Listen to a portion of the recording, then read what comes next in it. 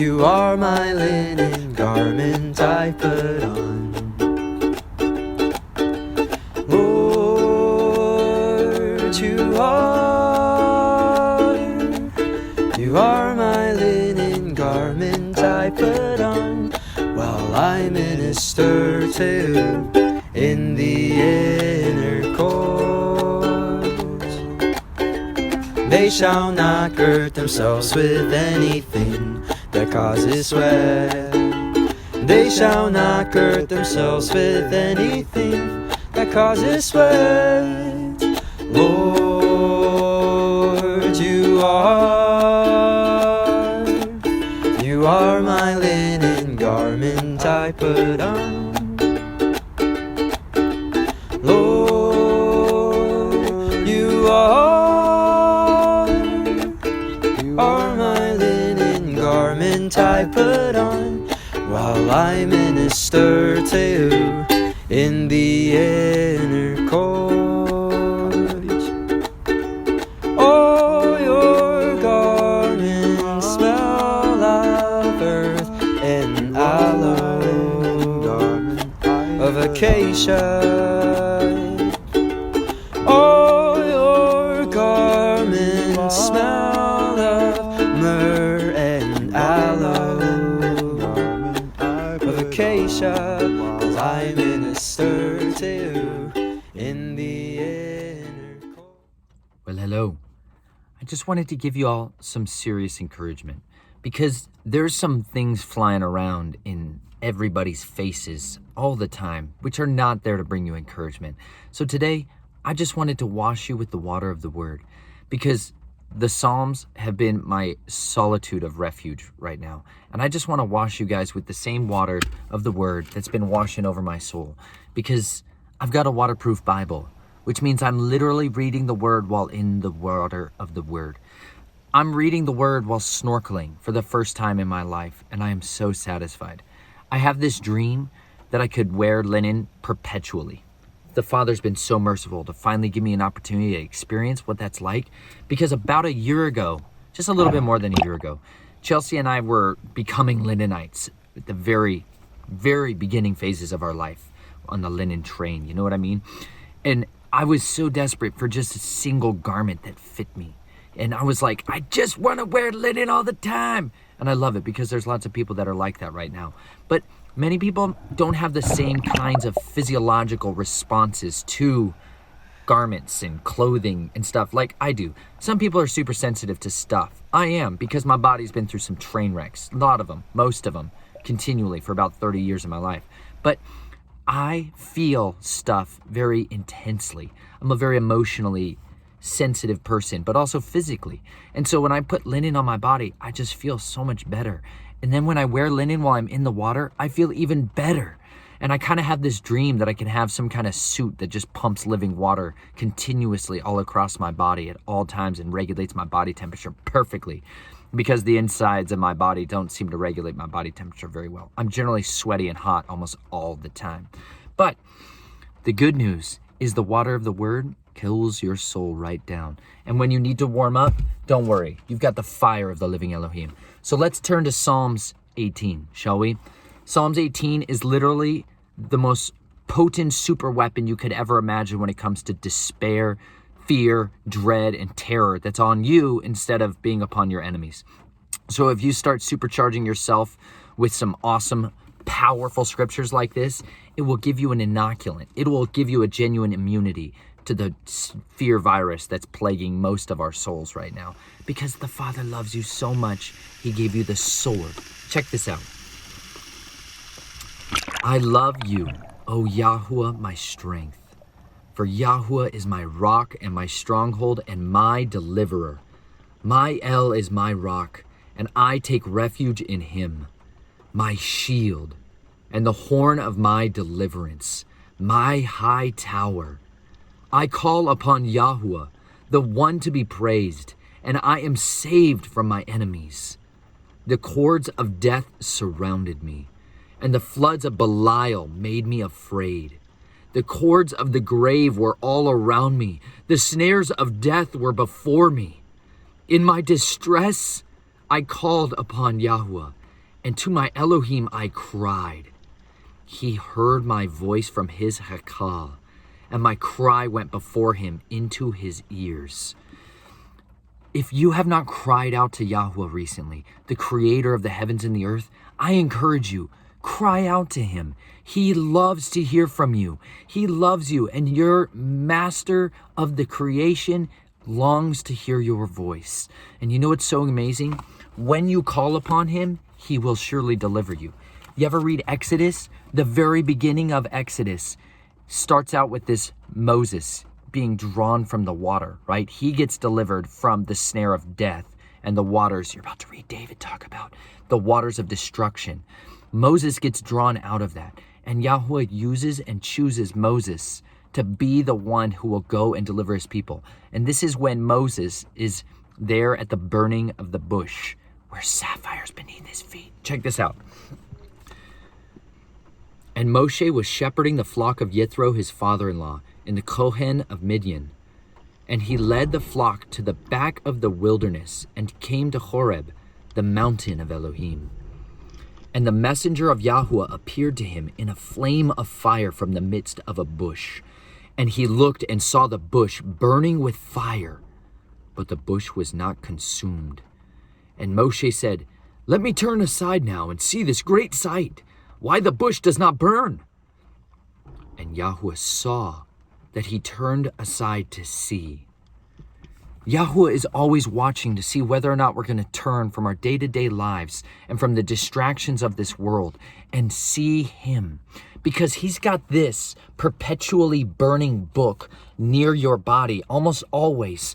And most of us just aren't turning to see it and hear it because these are fiery words. They're described like fiery letters, and they are burning continually, and yet it's not being consumed. The pages of this book may not be on fire, but I assure you, if you read it, it will ignite in you a fire in your being that will consume your flesh like those fears and burn them away so that you can find satisfaction in him.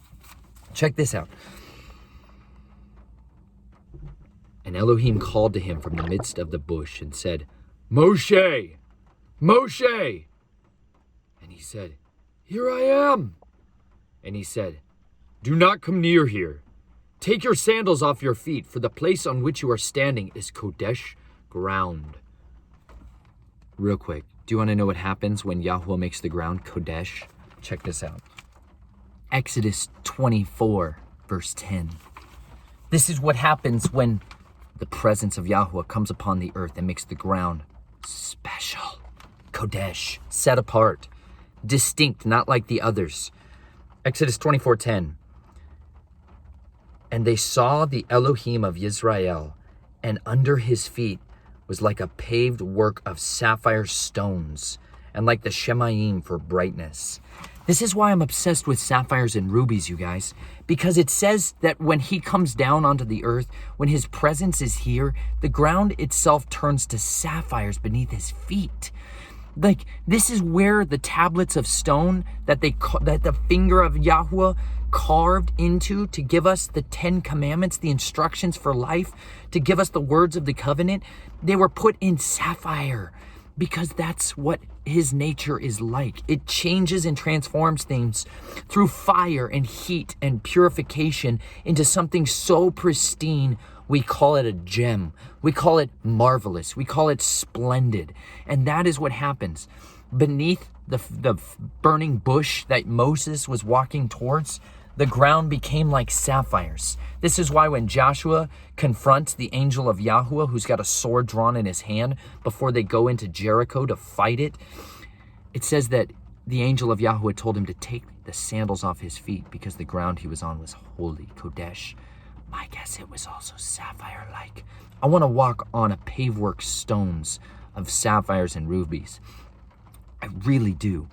Until such a time, this is the wonders of his word. Moses is about to experience it. And he said, "I am the Elohim of your father, the Elohim of Abraham, the Elohim of Yitzhak, and the Elohim of Yaakov." And Moshe hid his face, for he was afraid to look at Elohim.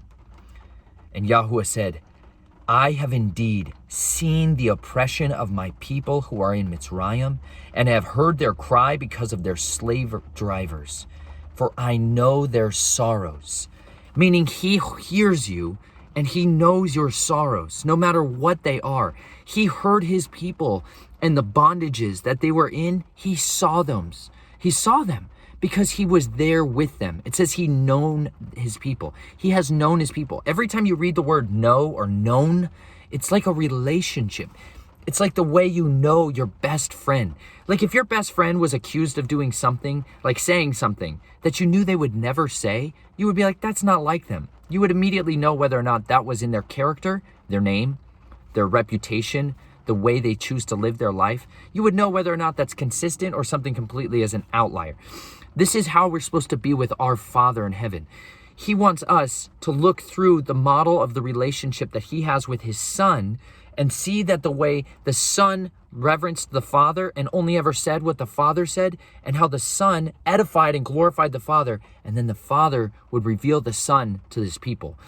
This is this relationship we're supposed to have with him so that we could know him and his words would be in our ears.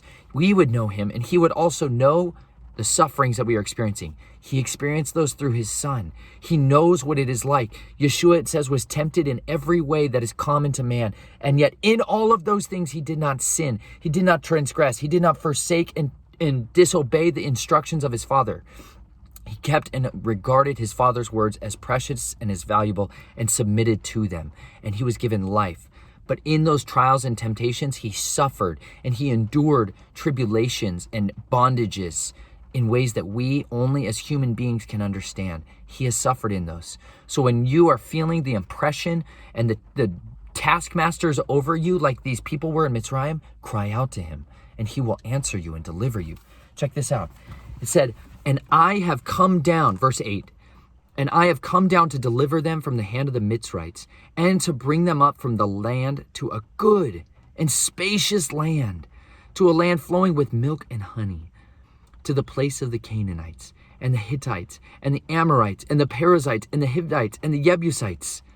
And now see, the cry of the children of Israel has come to me, and I have also seen the oppression with which the Mitzrites oppress them. And now come, I am sending you to Pharaoh to bring my people, the children of Israel, out of Mitzrayim. That is who is coming. He is coming to bring you out of Mitzrayim. He is coming to bring you out of the bondages. And you know how he does that? Check this out. He bows the heavens and comes down. Mightiness.